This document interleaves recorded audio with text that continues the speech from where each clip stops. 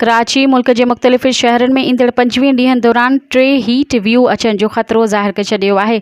NDMA मूजिबि पहिरीं heat view जो ख़तरो सिंध में उमरकोट, थरपारकर, टंडोला यार, मटियारी, सांगड़, जिते पंजाब में बहावलपुर ऐं रहीम यार खान में आहे।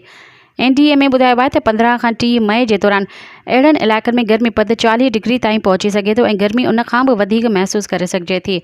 जॾहिं त हीट व्यू जो इहो पहिरियों स्पेल 2 खां 3 ॾींहं जारी रही सघे थो।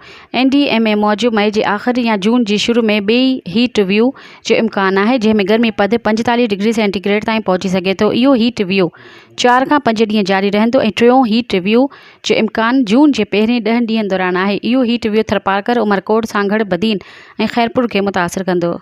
मज़ीद ख़बरनि ऐं तफ़सीलात लाइ विज़िट कयो असांजी वेबसाइट www.awamiNewsHD.com ऐं ॾिसंदा रहो अवामी न्यूज़ HD।